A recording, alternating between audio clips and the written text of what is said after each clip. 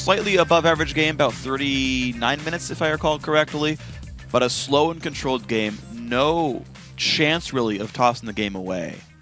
A really, really solid game from them. Yeah, really good objective control by NIP and 20-6 in kills. Yeah. Really big just lead that they established in the mid game off the second dragon that they got for themselves. Gamers 2 got the first one because of the map pressure and the map movements and the fact that they had their top laner on the bottom side. Yeah. But then when they started just going into 2-on-2 lanes, then 1-on-1 lanes, they just got outclassed. Yeah, and that really seemed to be the case there, is honestly, and it wasn't even, I didn't feel like the 2-on-2 lane got outclassed that badly. In fact, I think the bottom turret actually died in G2's favor first. But yeah, the 1-on-1 lane especially, I think was the very rough one. Cabochard repeatedly outplayed. And that was a big one. Yeah, and then the fact that Ko just kept going middle and establishing that synergy with Alex Each. Yeah. Continually ganking it. The bottom lane, it was like, okay, as soon as they freed up themselves, they rotated mid and just had team fights around Dragon and ran away with the game after that. So they kind of outclassed them in team fights, not just in the laning phase. Because they just had a lane that was back and forth between Kog'Maw and Tristana, where they were pretty much even. Yeah, and so I don't want to see now what else comes out comp-wise here for these guys. Gamers 2 going to keep the TF and Braum bands coming in there. Jarvan added to the mix. I don't remember seeing that ban coming through the first time around, but maybe respecting a Yasuo comp. Rengar first pick to deny it from NIP, who immediately rushed the Gragas pick because they still love that for Cabochard. Yeah, I was sitting here going, they banned away the Jarvan. They didn't pick the Gragas. They went and picked the Rengar for themselves. I thought it might be a ban, but they instead throw in the J4 ban instead of the Kassadin, and now they throw it over, and it's going to be a Gragas. I didn't think they were going to lock in Lee Sin. It's not a contested pick here in the jungle because they've already locked in a Rengar for themselves. Right. But I do think that Ko is eventually going to go with the Lee Sin.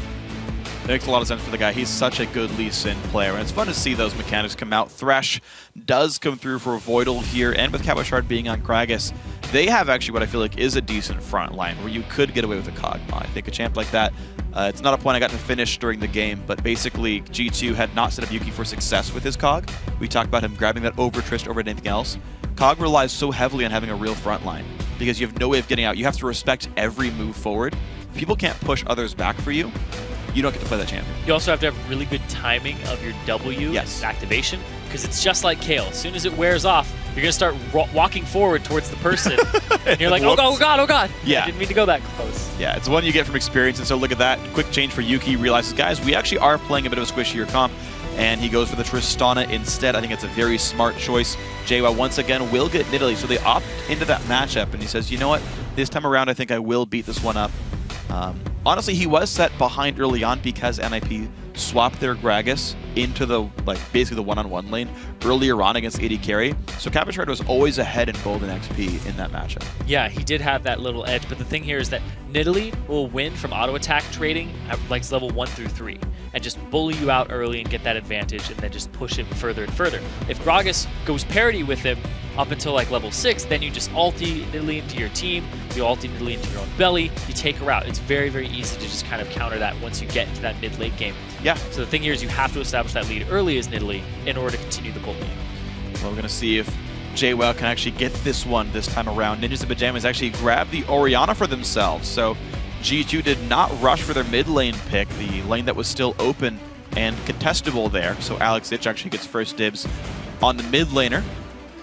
Goes for Orianna as the blind pick. G2, will they get a counter pick here? They went for Syndra last time. And honestly, Syndra Rengar does have some good gank pressure. Or will they go a different way with this? So the last time that they were just trying to figure out what they wanted to play in the mid lane, I was thinking, why didn't they take Xerath? Why didn't they take Lulu? Because they did have a Kog'Maw, so they could have gone with a little bit of a Lulu composition there. And oh my lord. Wow. So I love this. I love this. I do too. I love that I had this down too, because Rydal plays a ton of Alistar and a ton of Blitzcrank. And the fact that he's going to whip out a Blitzcrank here for us today on the Gamers 2 lineup is just fantastic. I want to see this through and through. And they haven't even locked in whatever they're going to play in the bottom lane. If Freeze just whips out an Ezreal and goes, I see your Blitzcrank, I know how to play against this, that'd be great. Yep. Sivir and Blitz. Or he goes man mode with Kog'Maw and says, I dare you to land a hook on me. That is man mode right there. He's going to trust in Voidal to just get him out with a Thresh Lantern. But ooh. So NIP could go for a lane swap, but I don't think he should do this. The only exception being, yo, if Alex gets shockwaves. I mean, you could really bait your AD carry and go for command protect shockwaves. They're gonna go for it here. This is risky from Freeze.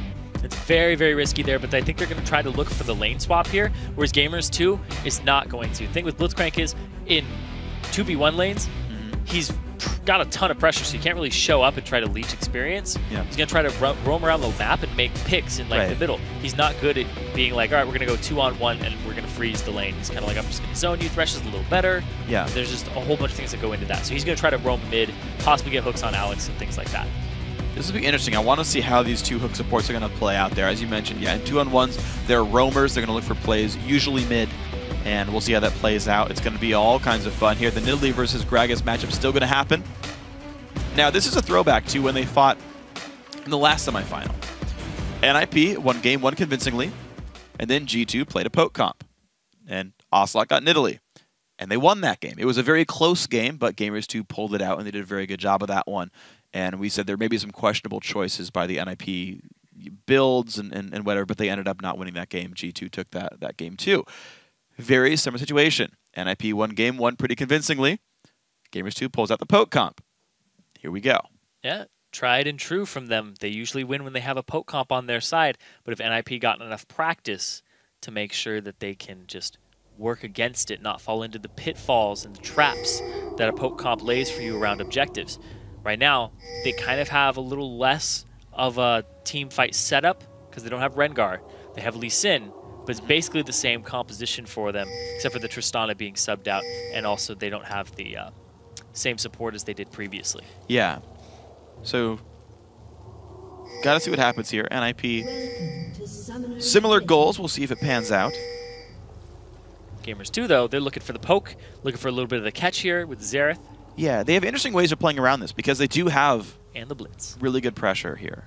Yeah, I want to see the Blitzcrank pan out. I think it's a fun champion. Morden on Rengar I think will work better. His Elise I really felt was underwhelming. I did not see him do anything, like all game. Yeah, Ko walks up and wards. No sweeper here for Gamers 2. 30 seconds. And this is just an area that NIP are not even going to sit around because they have the vision already. I believe they didn't get spotted by... Never mind, their ping's coming out. You can get away through that brush. Ooh, nice choice there. Just because he can. You never know. Sometimes you get it. Big thing here is that they didn't invade as 5 for Gamers 2, so they didn't get the deeper wards in. So it doesn't look like they're completely investing in the 2-on-1 in the top lane or looking for the lane swap. They're just going to send it down bottom and say, you have to fight us here because we'll just take dragon control. Even if you do 2-on-1 us. So Gamers 2 going to head to the bot lane. Ninjas and Pajamas going to do the same thing with their duo pairing of Freeze and Voidal. Ko going to start blue buff. Same thing for Morden. So these junglers will not spot each other or fight each other for some time, I'm expecting. He's not even going to get a leash either. This bottom lane is just sitting in that bush, making sure that they get this early push going. All right, Freeze and Voidal going to get level 2 as fast as possible. However, Rydal will actually get bonus damage out of his Relic Shield, so they could still push faster as the G2 lineup. Little harass coming through, but there we go. First minions going down. Both melees crashed out, and now you can see Freeze popping the W, trying to get his harass in as best he can. Yuki has not got an explosive shot just yet. Finally gets a hook. Oh, hits the 1 minion left in the wave. That could have already been the start of big damage. Had to get it for himself. Yuki, Freeze, just back and forth here. Voidal. Look how aggressive Voidal's playing as well. He knows only one member on that team can actually deal damage to him. And he's playing very aggressively, landing autos, landing plays. And he's forcing Yuki to attack him instead of minions, and so NIP get level 2 first. The big thing when Blitzcrank was kind of replaced by Thresh in the meta a long time ago when Thresh was released, was because Thresh has a lot more harassment early on. Blitzcrank's kind of an all-in, if I hook you, you're going to go down type of champion. Thresh is, I'm going to poke you a little bit with auto attacks, and that matchup just really goes in Thresh's favor. Yeah, the one upside that Blitz has, though, is you can force zoning in a lot better ways. Like Thresh, you know, as long as I'm a half second away from outside of max range or half second away from minions, you can't hook me. Whereas Blitz says, if I can overcharge past a minion line, you're hookable. And you've always got to respect that if you know the Blitz is confident. Oh, look at that hook right there! Freeze takes a whole bunch of damage, forced to flash away, forces the double play. Ignite gets burned, but that's a lot of damage. They got his flash, they didn't get his heal, they used an Ignite, and also at the same time, Yuki just Goomba stomped him for the extra slow duration. Rydal He has it in 3 seconds, but Morden was off on the wings, and they did see him. Overdrive, I believe, actually. Yeah. The W name. But hey, close enough. I don't read ability names anymore. I would have believed you with Override for a bit. If Overcharge? I didn't over... Yeah, that's what I thought. Oh, the flash hook! Ooh, close. Oh my god, that was so close. Yes, it was. It's fun, man. Why uses the heal for the extra movement speed there. You got a flash out of Rydell. Rydell knows summoner spells, but Freeze knows summoner spells on the flip side. That's a pretty good place to be. Cog with no summoners is a rather dangerous champion to be. Ko waiting around by the bot lane does have his longsword already. He's backed once. Has a ward as well if he wants to watch where Morden might be going. And look how far, like Freeze legit just can't do anything right now. And they see Ko, but they Hook him, do it. They aren't playing. Don't hook him. They don't have follow-up. To be honest, it's just free damage on Ko. I feel like that actually would work. I don't know. The fact it would also make it pretend like you have Rengar. Yeah. You could lantern him out. You could do some damage. You could get a follow-up hook. I don't know, but he's going to go for another just wraparound way to do this. He's going to safeguard as soon as it's up. It is up. He's looking for it. There's actually pings. They pinged like, hey. Gamers too, like they might be there. This sounds like Ko. Ko would wrap around on this. Ko would totally wrap around on this. Think he doesn't have to ward hop? There's no wards there in the first place. He thinks there's a ward. So he's going to just go in as soon as he'll try to all in it. So he's going, and that's the signal for them There's to go. the land of the flash. Flake comes in, hits two. Rydell's got to be real careful. He's got no summoners, though. Gets hooked in. A late hook from Voidal. Perfect. The pull into Freeze. They're going to give him the kill, though.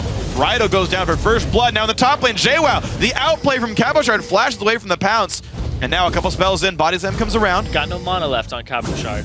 JWoww, oh my gosh. He's been so close in these javelins, but I've seen him miss so many of these 1v1s. Even that one javelin on Nami last game, where it looked like it was going to hit, but just the hitbox on it, it's a lot harder to actually land. And that is an unfortunate thing for JWoww here as Cabochard just holds up against this turret. Should be able to last hit a good number of these. Bam! Even gets the harass down. JWoww's got to be real careful. Both do have teleport, and they'll back with a 3 CS difference. And Ko now in the top lane making a visit, checking things out. More at the same time, Morden, he's been roaming around the jungle. He's been placing some wards, trying to keep tabs on Ko because he got that first blood down bottom and started to just upset that lane. Because Freeze with extra gold on him, they've been trying all game on Gamers 2 to keep him down. Didn't work out. JWoww's going to TP back on in. Really wants to bully this one, though. Yeah, Cabochard TP'd as well, got 3 Doran's Blade for himself. Pretty much standard Gragas build. That's true, yeah. A lot of guys go for this kind of build. It's extremely strong. Those early stats really help him. And honestly, he had been bullied around just a little bit by JWoww's Nidalee, so... And the fact that... Gotta make sure he's safe. The fact that Flash was blown in the top lane by JWoww is going to allow Ko to push up again. And we saw this last game in this exact same matchup. Ko sometimes sneak himself up into that first bush and then wait for Cabochard to use his ulti to knock JWoww into an unfavorable position. If JWoww's having any flashbacks from last game, it's going to happen soon. Well, he's not going to get to flashback this game. It's on cooldown. Morden shows up to support him, though. We've seen this one before. Explosive cast dodges it, hits Morden, actually. JWoww going to get some harass down, but maybe not too much follow-up, but it's enough to get him away. If that cast had hit JWoww and had been off to the right a little bit, would have been disaster for him. Pretty close, but nothing really happens here. Ko, not level 6 just yet. Morden going to get blue buff here to Ocelot. And Ocelot is holding pretty much equal right now in this matchup here against Alex Sich. He was winning by a bit more in the first game of this Syndra versus Orianna matchup. This time around, going to play some Xerath and get some of that long-range damage out right here. Gamers 2, I think, are much happier to play a little bit of a slower game and wait for team fights in Siege. Gamers 2 pushing in on the bottom lane here on Freeze. Voidal getting themselves pretty much even in CS. They haven't backed yet, so I think that some ganks will be coming down here soon when Morden hits 6 and Ko hits 6, because that is the area that you want to back right now. Those are the people you want to free up. They'll be hitting their little gold spikes soon, where they want to back. But the thing about G2 is they are the team perennially pushing in this bottom lane right there. Explosive shot from Tristana makes that very easy. So if NIP ever does back, they give up part of a minion wave to do so, whereas G2 gives up much less from their bottom lane. And I want to see when these guys do force. Oh, it looks like a gank might be heading middle recalls. now.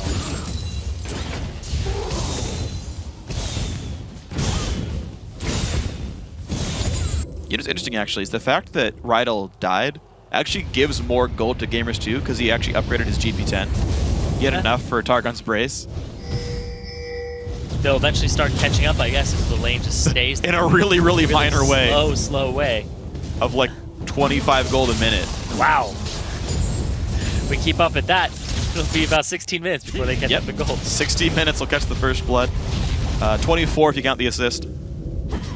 But hey, we're 9 minutes in so far. He's getting there. 500 gold difference right now. JWoww still taking harass there. Cabochard throwing the barrels down. Still a very close fight. You can see why JWoww wants the matchup. Morden. Oh, he reveals, he goes on in, but the root's gonna land. Cabochard separates the two of them, but can he get away? A slow's gonna land. More bridge comes through. The second root comes in. He's gonna give the kill over to JWoww. They knew the flash was down. Beautiful play by G2. Cabochard saw the exclamation point on his head, and he tried to body slam away, but Morden actually ended up, after the lead, on the opposite side of Cabochard, and he interrupted the body slam. It's beautiful stuff. Worked incredibly well, and you can see Freeze now taking a bunch of damage, has to burn his summoner heal. I assume that must have been a hook from Rydell to get that much damage down. So hey, this Blitz pick is working against Thresh. Yeah, they have the pressure on. They have this early game from Tristana, which is very, very good. Explosive shot damage and the poke down. And then just having the fact that she clears waves so quickly allows Blitzcrank to have more openings to poke. Yeah, this is one of the cool things I like about this matchup, is there's so many weird sort of, externality is not the right term for it, but interesting combos with supports. So if you're always pushing, a Leona is really useless because you can't dive turrets unless you've got jungle support, so she basically can't do anything the entire laning phase. With Blitzcrank, if your opponents have no minions, they have to give up CS because you will eventually hit one of those and give up a lot of damage. And so a perennially pushing Tristana makes Blitz really good because there's nothing in the way. And again, Freeze went for the really greedy pick of Kog'Maw and says, I can outplay you. This is his third summoner spell lost because of Blitz. I would say there are some pretty interesting nuances. There's the one. In the support combos. Just gameplay stuff. You like that. Yeah. Also, the thing with Blitzcrank is even if you are not pushing, you're underneath the turret. Right. So it's like, you just don't want to be in that middle ground. You always want to be pushing up, or you want to be at your turret, being pushed in. Freezing, not that great, but hey, Tristana, you're never going to be freezing away. Yeah, I know Yuki actually... Yeah, actually the first game when they were in the 1v2, Yuki had 4 points in Q and 2 in W at level 7, and just didn't learn Explosive Shot until they got to the 2-on-2 lane. He waited until like level 8. Oh, Ocelot gonna get a Shockwave. Good damage. The Q lands from Ko as well. He's got nowhere to go. Doesn't have any summoners left to spend, and he's gonna go down to Alex Ich. And if he making that 2 kills to 1. We talked about how Alex is just bringing up these junglers, Diamond extremely aggressive. Now he's got Ko. And when we thought about Alex each with Diamond, it was just the synergy they had. Every time you talked about that combination, just the fluidity in the ganks, just the setup. And now, Alex and Ko kind of getting that same thing going. Lack of hesitation, just as soon as the call's made, Ko is going to go. And he's going to try to make a play. And he's been making a bunch of good plays here so far. 2 assists. He's made every kill happen for his team so far. So far, more than Morden has. And that is a matchup that has gone well. We talked about this being the only matchup that was undisturbed by roster changes in the direct sense. And Ko continues to look like the player that was helping NIP win the series last time around. Oh, he's gonna get jumped on. Good damage comes through. Wanted a body slam to block the pounce damage, but couldn't do it in time. JWoww is actually building a bit of a lead here, though. He's got the Cutlass and the double Doran's really high lifesteal. So a big thing about the Nidalee now is that because she has Cougar Form available to her before level 6, you can wave clear pretty dang easily. So he's able to just clear these waves out when he's left to his own devices or when Cabochard has to back, and then he gets an opportunity to back very early. But he's not going to do it. He's just going to stick around and continue to harass. He does have a bit of advantage in this lane by about 20 CS, so he wants to push it and not let up. You pretty much, I feel like you want to recall right on power spikes. It's 1350 gold from here to Ruin King being completed. There's no flashes in this mid lane, and both junglers are looking around, and Morden popping his ultimate. Ko is off on the left side. And he doesn't really have time to close this distance now, and he's going to go after Ko. Root goes on a Ko, gets away from the Q there, and some harass comes out from Ocelot. But good instinct by Morden to realize that actually Ko was in the wings. Oh, of course, yeah, Rengar ulti shows him. I was like, there's no wards, how does he know? Right, Rengar.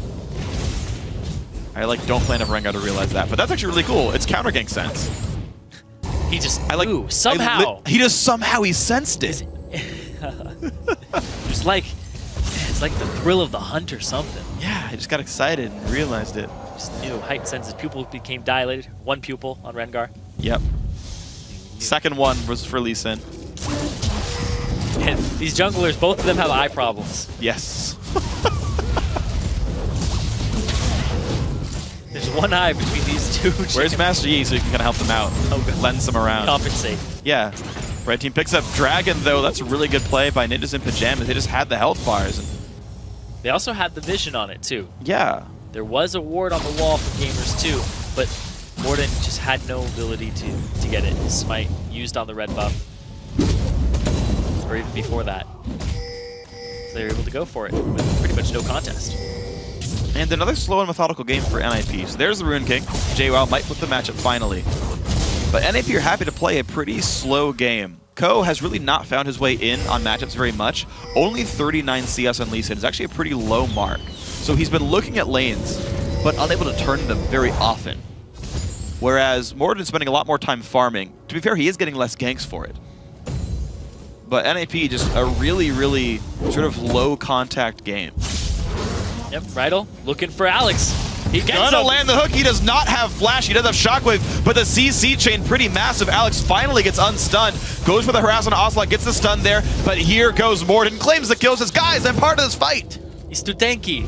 That was crazy. It took forever to take out Alex each there. It took 3 people. Ocelot got chunked down as well in the meantime. And Rydell with the great hook there. And that's exactly what we're talking about. You want to roam as the Blitzcrank support. We talked about it at the start. It's exactly what his MO is. They're going to go straight after this turret and use the overdrive to get himself some extra attack speed. And Rydell last hits the turret, says, you stole my kill, I will take the turret credit there. Goes +1 in that column. Bot lane still getting pushed around, and these guys are now trying to invade a bit. Morden gets a ward over the wall. And they're going to say, look, let's try to control the upper jungle just a little bit more. I'm actually surprised they didn't go farther in and try to really just take over the red buff area and try to use JWoww's lead here to take more. JWoww is actually doing a decent amount of damage now with just his regular auto attacks with the Blade of the Ruined King on Cabochard. It's going to force him. It looked like he was trying to back, but he might be getting a call from Ko now that Ko's coming top. I've actually looked at a lot of post-game graphs of Nidalee in competitive, and she tends to go almost exactly 50-50 in terms of physical and magic damage to champions. So the autos actually match up really closely with her spell damage, and it makes itemizing, of course, difficult, but also means she has % health physical as well as % health magic damage. There's no easy itemization choice here for Cabochard.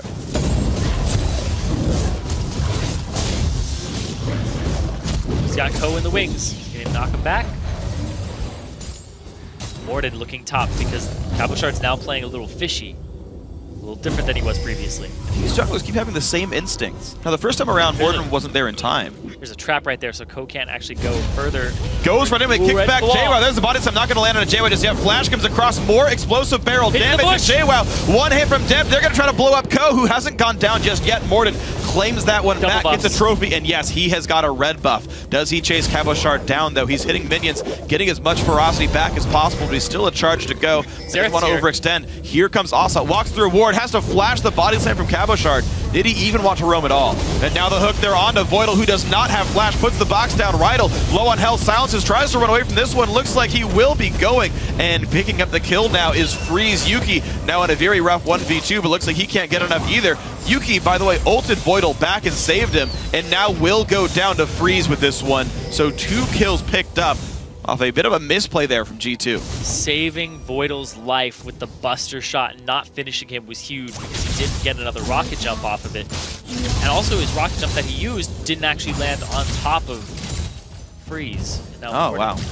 He's looking for something in that mid lane. Might just be a ward. Now they're trying to return the pressure. They don't have a turret now in the mid lanes. They can chase them pretty far. Oh, Ko took it, and they saw that. He's going to be okay for this one, though. He walked right on out. He's going to stay safe. One thing that's unfortunate for G2 also is they took that fight by the time Freeze had Trinity Force, which was the power spike that flips the matchup. Freeze was more powerful than Yuki there. If Yuki had ulted Kog'Maw back instead, there's no way he flashes to get back in range there, and they get the separation kill on the Voidal, though. Yeah. I don't think they respected the fact that his flash was down. I don't think they knew. Because you don't have to ult that early on a slow-moving support who's been CC'd multiple times. Yeah, you ulti the Kog'Maw away, and you Yeah. just focus down the support that you hooked and just can finish the job. Yeah, and then 2-on-1, Freeze has to run away. Another hook means he dies. Raido's looking for this Ko-Nose. Ko-Nose. Yeah, well, he was on a pink ward in the first place. The hook, it's going to grab the blue buff, and they burst it out. Morden steals it away with a smite. Nice. Minute on Dragon. Everybody's trying to set up for it now, but nice little slip away there. Like the hooks from Rydell, he knows how to play that Blitzcrank, whether it's a solo Q Terror or if he's bringing it into competitive play. Having a good showing on it. And so far, it's, you know, decent. Yeah, like, I think Rydell's playing it about as perfectly as he can. Again, that one misplay by Yuki should have been a kill for G2 instead of a double for a Freeze. Otherwise, largely some good plays there. Morden going to go ahead and set up blue buff once again for Ocelot. So both blues go to G2 in the 19th minute. And now can they make something off of that? They are only 1,000 gold away. They have finally taken that mid lane outer turret, though bot lane getting hit pretty heavily there. Can they make a play on the Freeze? Rydell looks for it, gets hooked, and doesn't quite land on a Freeze. He's going to take so much damage. Here comes Ko as well. This is not good for G2. Buster Shot comes in, but it's too late. Ko gets the kill, and that is Rydell going down. Great Lantern by Voidal. Rydell looked for the hook, but he got hooked himself, and it was just way too much. The damage burst. Ocelot On a ward, wants to push Freeze away, but this turret is still going to go down. And now Yuki's got to be careful. Rocket jumps out. He's going to stay safe. And Voidal had a really good Lantern back previously to allow Ko to just cover the distance of that ward that was in that second bush. Now Dragon's up. They don't have a Blitzcrank. But NIP have a whole team and a pink ward as well. Does Morden really want to try this one? I don't think he can.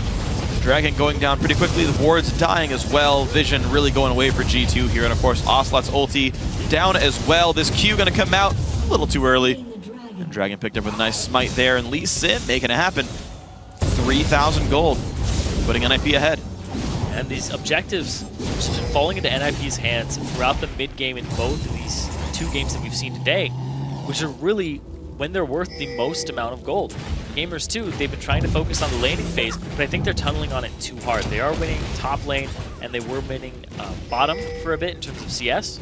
But once you get these CS leads, you have to group up and start getting objectives off. You can't just sit on what you have, because NIP is going to get the objective, and then they actually have more gold, despite being down in CS. Yeah, and it's weird how little Gamers 2 have managed to do with the Rengar pick. He rushed Spirit Visage there. Not Moby Boots, not getting the cooldown boots either. He doesn't have the same impact with his ultimate. I feel like at this stage of the game, maybe I'm wrong actually, but I feel like Ko had done more by this point in the game on his own Rengar. So, sorry. It's a scary thing for G2 when all they're doing is their dedicated 1-on-1 and 2-on-2 matchups. Yeah, a thing here with the build is that Morden went straight for the completed Spirit Visage. Right. Whereas Ko got the Kindle Gem, then he completed the boots.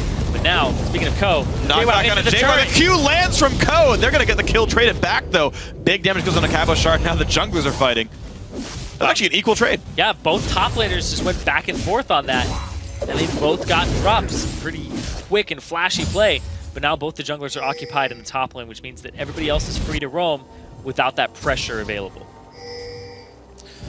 And right now it's the early recall for Morden. He wants to be back around somewhere else on the map. See what he picks up off this one. He got a kill for himself. These hyper carries both trying to farm up Tristana, trying to reach those 2-item power spikes, and then transition into the third, whereas Kog'Maw, he is pretty damn powerful right now with just those two. And no real armor on the enemy team, or magic resistance. This is weird though. Morden went and picked up a Giant's Belt. Still no extra mobility. I guess he's really not relying on his ulti. He just wants to be a frontline tank. That is his main goal. It's just a different style. And I mean, I don't want to sell him short. He is 3-0-1. He is obviously making plays happen. G2 only down 2,500 gold. It's not that big of a deficit. It's just, it's not a Rengar style I'm used to. Yeah. If they can get the next dragon, then they'll basically become even in gold. They're actually pretty close. They'll be about 1,000 down still, depending on how the fight goes. But they just have to set up for it properly, and that would involve getting a pick with Morden, also using Ocelot's ultimate effectively, which we haven't really seen this game. That's true. I think I've only seen one. Yeah, Ocelot's been using it to kind of clear waves, and not much else. Where we'll see some aggressive Xerath's just trying to poke people out of lane over and over again, and then be like, all right, if you stay in lane, you're going to get ultied. Freeze actually has Voidal here off on the wing, so if JWoww makes a move, has to be really afraid the Rune King used to get him away faster, and Freeze says, okay, you got out, but it's going to be pressure on the turret. Now Morden chasing down, jumps to a minion, and can't get much else there. Back up safe, but Ko wants to kick in Yuki. He does. That was interesting. But he's going to rocket jump himself away, and this one, Yuki's still trying to run away. Big damage comes out from Cabochard. Shockwave catches on to 2. That is big from Alex, but gets hooked on in anyway. Rydell trying to fight for his life. Ko low on HP, and now the chase in. They want this kill, but no, he's going to get away with the flash. Ocelot's coming with in. The shield. Ocelot, one more hit. He gets Alex reset on the rocket jump now. Can they get more for this one? Cabochard very much on the wrong side of the map, and Rydell survives with the scarcest of shields from his passive. But meanwhile, this top tier 2 turret, it has a ton of damage coming onto it now from NIP. They're going to claim this one for themselves and just actually come out on top in terms of gold. So now how much more can G2 get? They sent some guys back to defend. They still have Tristana pushing. NIP picked up 2 turret kills, whereas Gamers 2 picked up 2 champion kills. And Ocelot, ooh, good flash, but Ko didn't have his ulti. He baited it, basically. He faked him. Wow, Ko with the mind games. Wow, and again, Ocelot having a really hard time locking his champion down. Yeah, he will get away. So the second tier 2 bottom, ooh. I think he's safe. Able to run away. Oh, Home guard. Doesn't have explosive cask though. He's all right. Wow. So this ended up being a better trade for G2. They got more champion kills than that outer turret was worth. They both got tier 2 turrets. The fact that they were able to trade it with Tristana and just hold off on the mid lane was really big for them. I want to see what happens with Ocelot and not having flash in the next fight, because it won't be up for this dragon. He does play pretty far back, and he is going to have a blue buff for this. So I want to keep tabs on all of these little things, because they're going to play huge factors in the next fight if it's a contest, which I think Gamers 2 would be wise to go for. Everybody sees back now, buy their items from both sides, and then set up for the dragon. That's going to be the big risk, though. 26 minutes in, you take a team fight that also results in dragon. Whoever wins this fight gets a gigantic lead on the map. How risk-averse are you as a team? Of course, if you don't contest, you just give up the 1,800-ish gold that dragon's worth. Right now, Cabochard's going to continue to push the top lane, and JWoww is going to join a fight in the mid with 30 seconds on Dragon right now, and no teleports available for either side. He's going to have a red buff coming into this, and Ocelot's going to have a blue. Really good timing on the buffs going down on this. This is a fortunate timing for G2. Cabo's now coming down. He's going to be a part of this fight. They are going to try and fight for this dragon. 15 seconds. You have to set up for it. Pink comes down. Ooh, close from Rydell. He did take that one step back to look. Oh! Got him. Hook comes into Voidal. He does not have flash. He doesn't have the box, though, and Rydell gets exploded at the start of the fight for nothing, basically. Ulti in from Ocelot. Gets some damage down, but not enough to matter. Freeze takes a javelin. Doesn't care about that either. They weren't completely positioned for it off of the Rydell hook, and it kind of put Voidal in the range, just put down a good box. The fact that he was not ready to follow up on that hook was pretty rough. Smite comes in. Great dragon pickup there for Ko. NIP get a kill and a dragon. They're up 3,500. They also used a bunch of ultimates from Gamers too. Ocelot's is down and Morden's. Wow. And this is not the happy place for G2 then. If only they were there to capitalize on the hook. Gonna say it again. If they were there, Voidal gets blown up. They trade supports, but the fight would probably still look decent for the guys. Freeze now gets his own red buff. They were down that in the fight. Didn't even matter. Sweeps that all away, and G2've got to go back and wait around for a few more minutes. Gamers 2 were in a pretty good position to contest that fight, but they just didn't have the actual real-time positioning for it. They had the red, they had the blue, they had everything they wanted, they backed, they had items. Just getting caught out there on Voidal, which actually ended up being a catch onto Rydell, because everybody was in position for it. Now we talked about the role swap rather being a fix in communication. G2 thought he did communicate better for the team, but that was a mistake on the teamwork side there for G2, and they're now on the back foot here. NIP ready to siege in this mid lane. Mid lane pushing top.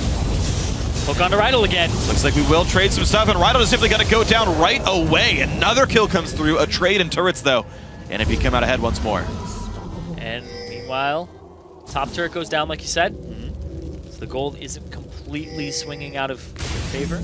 But here's the problem, is the gold is all swinging towards Freeze. He is 5-0-1 on Kog'Maw. His team has left him basically untouched in team fights. So much damage is coming out from this Kog here. He is going to remain above Yuki in threat this game. and there's really no good ways to reach him. Yeah, that's true. The hard engage is really just Morden, but Morden is not in a position to actually just keep Freeze locked down. And then the damage follow-up is kind of Yuki at this point. He's about 1.4k down, but then across the board, just little subtle advantages here for NIP, except in that top lane. That's where they're leveraging a little bit of weight for Gamers 2. And JWoww is doing his very best to push this one around 1, 2, and 4. Definitely a better score line than 0-3-3. But how much more can he make happen? JWoww right now focused on farming himself up. Level 16, takes a jungle camp, can go back to the top lane a bit later on. But with outer turrets down, it's a little bit harder to push through. Also, G2 with the rest of their team losing, can't easily give ward control in. Morden gonna take a whole bunch of damage, and Freeze wants him, forces the flash away from the Rengar. And out he goes, a summoner spell lost once again. Ooh, Morden half HP, and now the setup for Baron from NIP. They have their ultimates available except for Ko, and now it's just darkness for Gamers 2. They didn't even need Nocturne to do it. In pajamas, gonna start this one up. Ko in the front lines. Trying to bait them in. They're in a catch-22 right now. You have to get wards in positioning on this. The javelins aren't finding anything yet, so that would reveal. There's the Ocelot ultimate comes in. Decent damage on towards Freeze, but he gets a shield and they back on out. That is enough to make NIP back away. And look at that G2 get in. They actually get to take the wards away and maybe get Tier 2 turret. Tier 2 mid. Oh, Tier 2 mid. JWoww's going to show up. They could pressure the inhibitor as well. This is good for G2. They get a good trade off of that. It's only 2.4k gold difference now. Ko, he's trying to make something happen, but... Oh, Rydal, what? He is very much in the wrong spot. Rydal, what is happening to you? Third time in a row, he is very much in the wrong place. The jump on in, this could be good. Ko gets knocked back into the team, gets a lantern out if he wants it. G2 lose a kill, and they lose control of mid once again. Rydal flashed over the wall into about 3 people to try and land a hook, but I don't know even if there was going to be capitalization off of that hook. The team just wasn't with him. It's not like he's not on fresh. the same page. Exactly. Yeah. That is very strange from Rydal. I do not know what happened here, but this has not been the right choice for the man here. Not his game, to be certain. Now, Baron Nashor taking plenty of damage. Mid lane is pushable. G2, they're going to contest Baron, but they could take a mid inhibitor. Morden's coming in. They really want to fight this one out, and NIP going to respect that. Shockwave catches two. Yuki's in a really bad spot. Box comes down. He's going to fall surely. And that is 2 kills. They trade one back onto the Gragas. But G2 taking another losing fight. Freeze. Massive damage. Baron gets picked up. JWoww's got nothing else to do. Can he get the damage? No, he can't. 3 kills picked up, and Baron NIP get a clean one there. Ocelot popping the ghost to get out, and the Baron onto 4 members of NIP. Rydal's now here. Oh, shut down. The stun comes in, though. That was a bit aggressive from Freeze. That's another flash forward that's very questionable in this game. Whew. So I guess Baron on 3 members now for NIP. Yeah. They're going to just try to take control of this jungle. Ko is seen out. Ocelot going to try to nuke him. Up. He's going to take... Ko doesn't want to stay. He doesn't have smite. He's aggressive, but he's not that aggressive. He's aggressive, not dumb. Well, I've seen some weird moves before. He's largely very smart. Everyone makes mistakes. That's all I'm going to say. That's all I'm going to say. He is not dumb. He is a very good player. Let's be real on this one. Gamers 2 trying to lick their wounds. Look at all those wards NIP has around the Baron. They were set up for that. Scattered wanted complete vision of that area. Every little nook and cranny that anybody could sneak into, they had vision of. Gamers 2 was not going to get in there without a fight. Nope, and they simply just didn't get in there without losing a lot of members for that one. So not exactly ideal there. It is in pajamas, now playing the minion sweeping game as the rest of their teams recall back and buy up. I like to grab some magic resist to make sure Ocelot doesn't single them out. 15 seconds on Dragon. Everybody's setting up for it. On Gamers 2 side, NIP, they're going to be a little late to the party. They have to swap their wards over to the opposite side, or else they won't have coverage. They don't really. Dragon is up. 5,000 gold difference, not that big, but 3-man Baron is worth quite a bit here. NIP come across. There's a sweeper coming out. They're going to get rid of some of these wards, and they just, like, brazenly walk into the darkness. Hook onto Ko! They're going to lock him up there. Kill picked up by Yuki. Great hook there. No smite. From the Blitz, and exactly, smite is gone. NIP in a 4v5. They've got to back out. Man, it's just been Gamers 2's wild Rydal today. Yeah. Just over and over again. It's like, am I going to get a hook and just win us the Dragon off of one? Or am I going to get a hook, not have you guys follow up, and then they get Dragon? Or flash into their team. Rydal card. Rydal card! Right now, though, it's going to get them the dragon. So back into this game, 3,000 gold. Look at the swing. 1 kill, 1 dragon, 40% of the lead just disappeared. Yeah, exactly. And now there's Baron buff, I believe, only on 2 members of NIP. And G2 can work their way back in. Top lane, big wave. Cabochard will sweep that away. And keep in mind, Cabochard's build is not a great team fighting build. He does not have very high damage output. He's not even all that tanky. Tristana can actually kill him in this battle fairly easily. G2, they do realize the 5th member's back alive, but they're getting some decent damage down. They didn't quite want to stay in case of an explosive cask. That turret is 1 wave from death. Yeah, Cabochard is more of a can I peel for freeze. He's got a little bit of that cooldown reduction that you don't always have on Gragas with his builds currently. He also has tank stats for both resistances and HP, so he's looking to be a meat shield alongside Ko, so that the main damage sources are going to be Alex and Freeze. If you can get to either of them or get a hook on them, then you'll be able to win that fight for Gamers 2. But you want to avoid the big guys. Yes, you do. See if you can do it. Cooldowns back up pretty much across the board. Yuki has the last Whisper. He's going for the Blade of the Ruined King as his final damage item here on the Tristana. It's the right choice. It's really good because you'll multiply the effect on it by your Q attack speed. Just get it off. You will get through Ko and Cabochard pretty cleanly here. But his dueling against Freeze will be a little lower. That's just the only. That's the only thing. If they're left to a one-on-one, which I don't think they ever will be, but if it ever comes down to it, it'll be a pretty close toss-up depending on crits. That's just going to be all kinds of scary. Rydell. Chance in. Oh, he got Alex Ich! Damage comes through, Lantern comes across. The team's going to stay safe. There wasn't quite enough follow-up, but they did burn his summoner heal. Ko goes in, kicks in JWoww. Can he get away? No, he cannot. In comes Thresh. Alex Ich claims the kill, and out goes Ko safely. Shockwave catches Morden. Big fight NIP, and they are there to push the base down. That was so strange. Rydell gets an amazing hook, but I don't think Yuki was in the vicinity to follow up with the auto-attack damage on anybody in that fight. I think he was off to the right. A little bit too far away, unfortunately, but that could have been a gone mid laner. Alex's flash, I believe, was still down for a couple of seconds at that time. Now, how good is the wave clear from Ocelot? The minions are gone, but Rydell, flash hook, catches Voidal. Down he goes. Ko, a couple hits from dead. Can't quite get the damage. 1 hit away, but Cabochard is. And in goes Yuki. He wants Alex Ich. The slow from Freeze might be enough. Rydell's hook is back up in 1 second. His W's back up in 1 second now as well. He's going to go for this. Can he catch Alex? No flash. No flash for Freeze either. Slowfield comes down, can't quite claim it. The harass from Ocelot, whose ulti's almost back up too. His ultimate is so close. Ko off on the wings. What is Gamers 2 going to be able to get for this? There's some home guard boots on the side of NIP, but I don't think they'll be able to capitalize just yet. So Gamers 2 look in the jungle, say, oh, can't counter jungle Wolves. Nothing there. They could have gone top lane actually with Tristana. I think she would have been safe and made that turret go down, but it brings the game back to 3,500. Still a very close game. Man, there's some heart attacks happening here. Yeah. Like, every time a hook goes off, it's like, oh, we got him, but it didn't work out for the team. Who's it going to be? Which team's getting the kill on that hook? You never know. Doesn't even matter which team hooks, you still don't know which team's going to kill him. That flash hook was kind of delayed, too. He flashed forward, stood there like, what am I doing? I don't care. And then throws out the hook. Right as Voidal threw out a hook, too. So the Thresh was throwing a hook off to the right as he was getting hooked in. It's kind of like a draw. Had an old Western hook. Gamers 2 invade. They get themselves a blue. Baron in 50 seconds, and nobody's set up for it at this point. They are all just focused on getting vision of one side of the jungle, but it's not that side. Baron Nashor, 42 seconds. Dragon, 1 minute 45. Separated enough that if you get control, you can get one to the other very cleanly. Control over the jungle, or will it be a siege? That's the test here. JWoww continuing to do pretty well. He is actually staying above Cabochard. That is still something that G2 can rely on. Rydell is the hinge on which Gamers 2 is swinging. Like, does he get a hook? Yeah, oh. Yep. I don't know which one it is. Or it's, oh yeah. It's a revolving door. There you go. Which way is it going to swing? In a circle. Clockwise?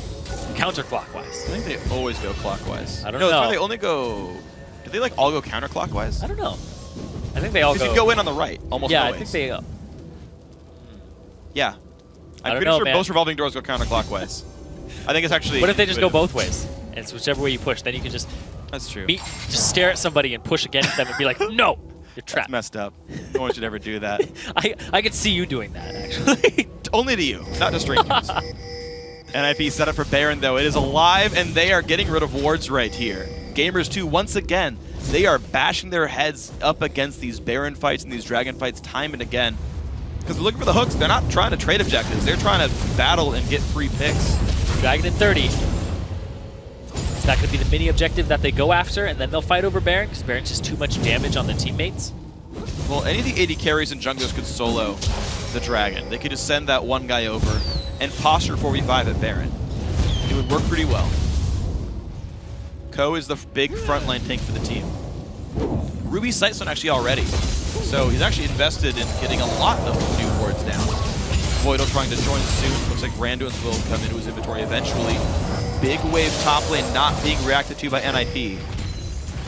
That turret will go down in about a wave. We'll have to see what ends up happening. Ko, he's looking to wrap around.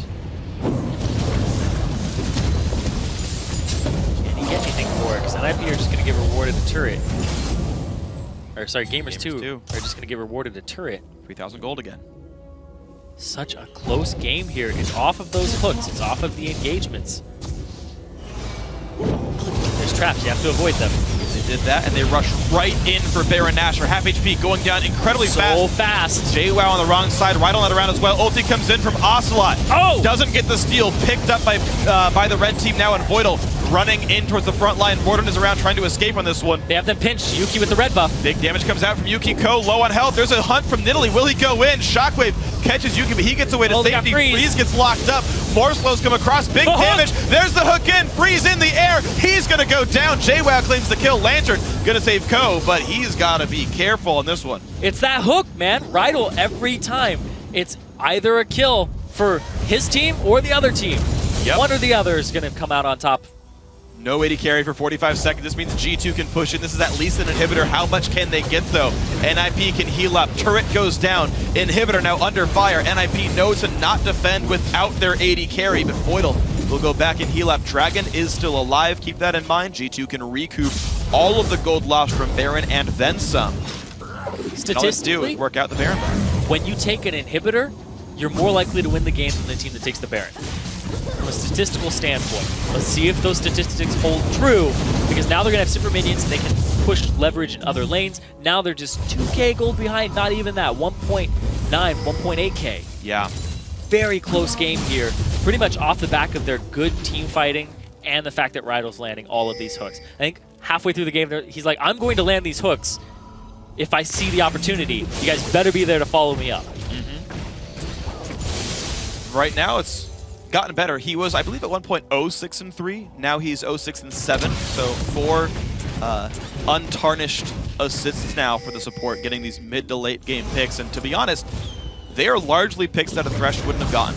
Yes. Like, I really am very confused by some of the comparisons of Thresh is a better Blitzcrank, because you can't pull an Orianna across the map. He's a better lane phase Blitzcrank. Sure. I mean, he can set up games. In 80% of situations, Thresh is better, sure. Yeah. And he's a better defender, but the picks that Rydell are getting are not picks you get with any other champion in the game, period. Yes, because he can hook you over a wall in the late game. Right. One late game team fight is won by a Blitzcrank picking you off. He's like the ultimate pick comp support. Freeze got pulled in. That's an inhibitor. Somebody got pulled over a wall. Well, Thresh couldn't have done that. And hey, keep in mind, you can cleanse, you can QSS, you can Mikhail's Crucible a Thresh hook and walk away and maybe flash. You can't do that to Blitz, man.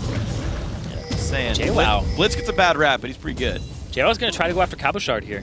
Even if he throws a hook out, he would have to just break the Banshee's Veil first. It's not too bad as Nidalee. Rydell.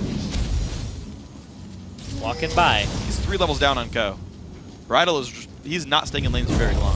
JWoww is actually spotted here. Ko is looping around him. Ko is going to be in front of JWoww. And JWoww sees this. Can he get his team there in time? Tristana pushing top. Yeah, they're buying time for Yuki. How much time can they buy? Because they know G2 can defend with 4. If you overcommit to chasing Nidalee, you get picked off from the team fight. If you undercommit, she gets away. Oh, if he stops him.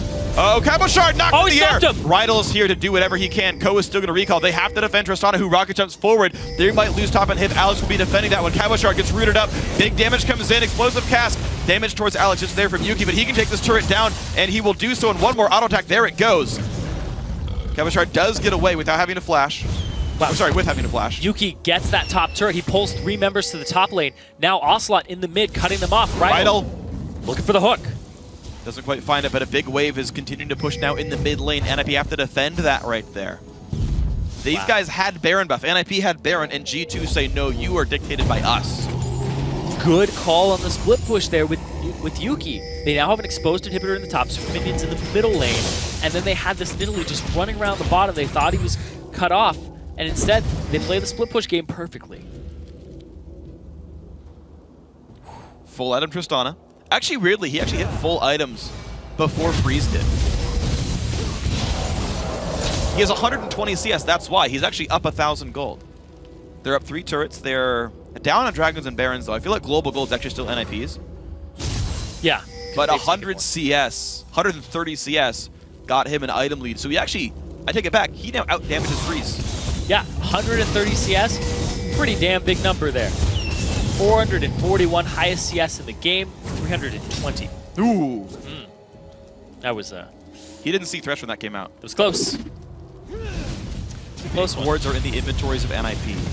They will do whatever they can to get themselves control, to not get picked off by Blitz, and to make these sieges work. NIP is the team with a 1,700 gold lead.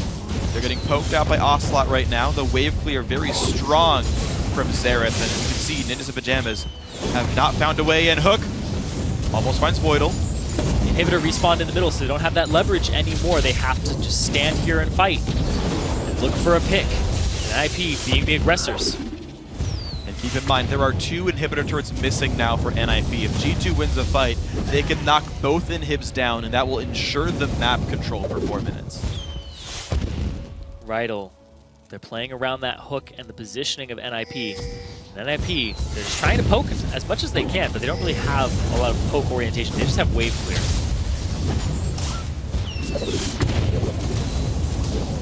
Ko on the left. I guess the north. If anybody goes to clear that ward, they're going to get hooked. A lot of Banshee's Veils here for the team of NIP as well. Just scared of those hooks. I like the choice. They have to be. If the hook lands, you're done for. Of course, they're grabbing a bunch of Banshees Veil, but if it's down, your life becomes pain really quickly. This is just a really dark map. And the objectives are coming up in 40 seconds. Yep. NIP spent a lot of time sieging bot lane, and G2 had to be very specific about where they moved, because they knew an actual 4-on-4 they lose to Baron buff. So they had to be very smart about where their fights were, and they did not head towards the top lane.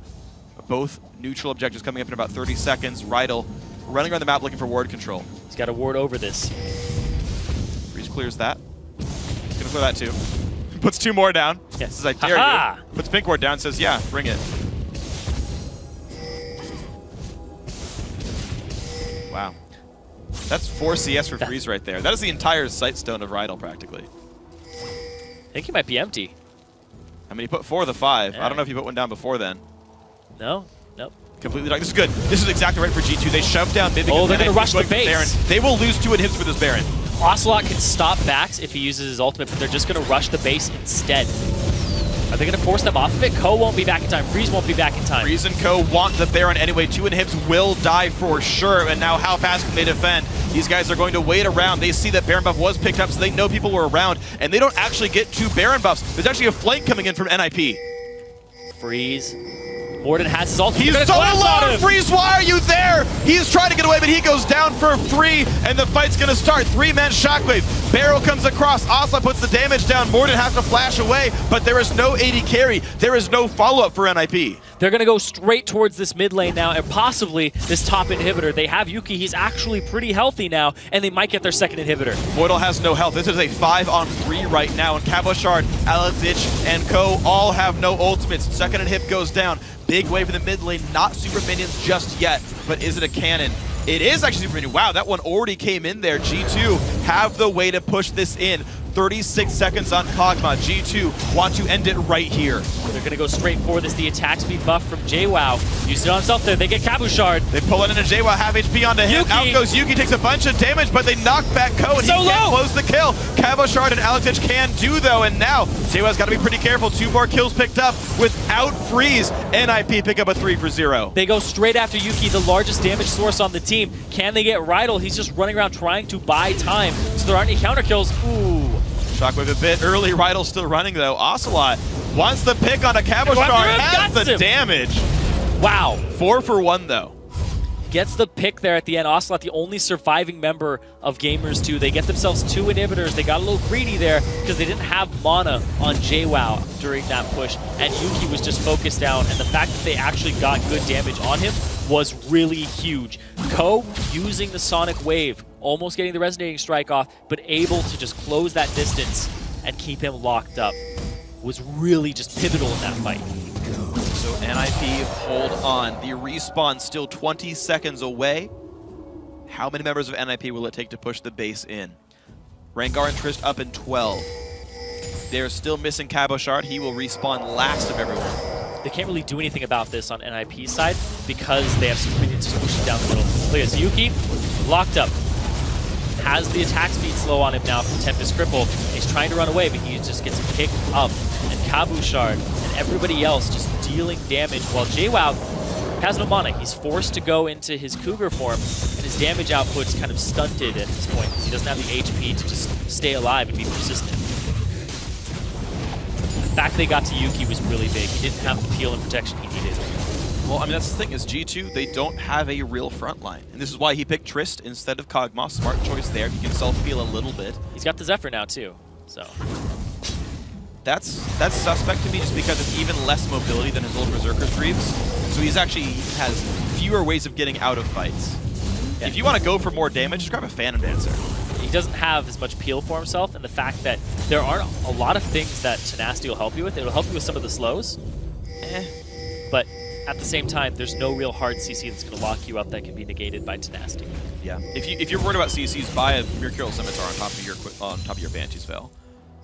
I don't think Zephyr has a place on any marksman build in the game. He's just trying to get attack speed so that he'll multiply the more damage he's clearly looking to take turrets. You buy a Phantom Dance if you want one of those. At the same time, though, he's looking for just that versatile item. It's Phantom Dancer. I know you're persistent in this one. I know. I know you're very persistent. Yes, I am. Voidal, look on the Voidal. Big damage coming through, and he will go down. No flash on him either. They're just going to face tank this and go after. They have super minions knocking on their Nexus turrets. NIP, they're in a bad position right now. Ooh, but the inhibitors are respawning for them. But the oh my god! Cabochard gets the shockwave though, and Cabochard gets out. Was that the bait? Alex is unstoppable now, picking up the kill on JWoww. Morden will fall as well. Freeze gets the credit. Cabochard low. Yuki forced to flash, but there is more artillery coming out, but he's out of range. And it's just another one of those. You get the hook, who's gonna die? Gets the first hook, Voidal's gonna die. Gets the second hook. They should turn this one to get Freeze. They should turn. They should kill him. They're trying to kill him. The damage though. Freeze might just block down everybody. Ulti from Ocelot doesn't have enough damage. Stun comes out. One more artillery shot and he's gone. So close. Dissonance, he's faster. Boom! Kill picked up. That is an ace for 40 seconds. There are no minion waves, but NIP, can they get enough with Alex just tanking with his shield and Azonias? I think they might have enough here with the attack speed from Freeze. He's 12, 3, and 5. He's going to start chipping away at it. It's going to take a while, but they have about 30 seconds. He needs to switch to, there we go. Alex is going to tank it now. He has the most armor of all these guys. You can see Freeze casting spells for Trinity Force procs occasionally. And there's the turret now onto the inhibitor. Gragas is now there as well, and Cabochard has become a tank. He can tank all of this. He's going to go for the Nexus turrets. 10 seconds on the respawn.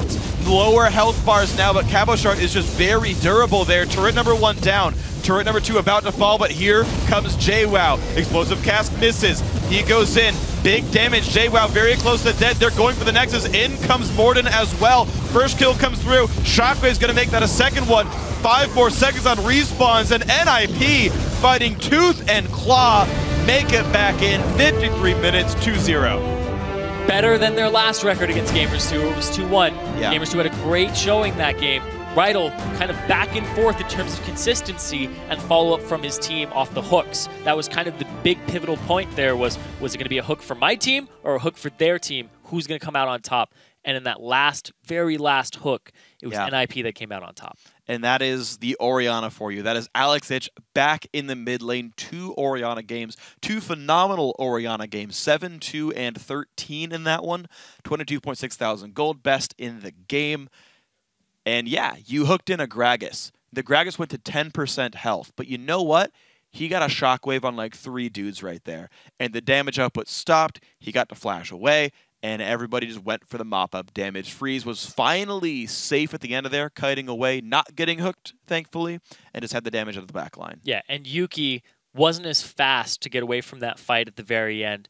Didn't have, Zerker's Greaves, didn't have Alacrity on them or anything along those lines. Goes for the Zephyr, a little less movement speed, and he's going to get chased down by a dissonanced Kog'Maw. And they didn't turn on him in time off of the stun and knockup, and just a little bit of a miscommunication there. Because if they had turned on him all at the same time during the CCs and had that persistent damage, Freeze probably would have gone down. Yeah, I think if they had coordinated, and that was the one little thing, is G2 just weren't on the same page every time. Occasional hooks going in the wrong places. Again, the 3-on-1 where they really could have killed him instead of getting 3 killed by the Cog. Little things like that could work for G2. They said putting in Rydell would fix communication issues. They're still not perfect. We will see them in the playoffs. We'll see them in the 3rd place match as well against H2K. Maybe they turn it around. We'll have to see. But guys, with the semifinals now complete, our Summer 2 bracket is finally filled out. Ninjas in Pajamas advance to the finals to face SK Gaming Prime live on the LCS stage in Cologne, Germany on July 30th. And the 3rd place match has also been set. It's H2K Gaming against Gamers 2 on July 29th. But before those matchups, here's more LCS and Challenger action to keep you content. Tomorrow, the North American LCS kicks off Week 10 when LMQ and Complexity hit the Rift. Then it's Team Solo Mid and Evil Geniuses. Afterward, it's Cloud9 versus Dignitas, then Counterlogic Gaming against Team Curse. Then the NA Challenger semifinals gets underway as Team Coast and Team 8 play a best-of-3 match. And with that, we've reached the end of our time together tonight. But before we go, I want to say thanks again to our friends at Coca-Cola. Now for myself, Cyrene, and the entire live broadcast crew, thanks for watching, good night, and GG. Speaking of Co, the Q lands from Co, and they're going to get the kill traded back, though. And NIP going to respect that. Shockwave catches 2. Yuki's in a really bad spot. Box comes down. He's going to fall surely. And that is 2 kills. They trade 1 back onto the Gragas. But they did burn his summoner heal. Co goes in, kicks in JWoww. Can he get away? No, he cannot. In comes Thresh. Alex Ich claims the kill, and out goes Co safely. Shockwave catches Morden. Big fight NIP. The inhibitors are respawning for them. But the oh my god! Cabochard gets the shockwave though, and Cabochard gets out. Was that the bait? Alex Ich is unstoppable now, picking up the kill on JWoww. Morden will fall as well.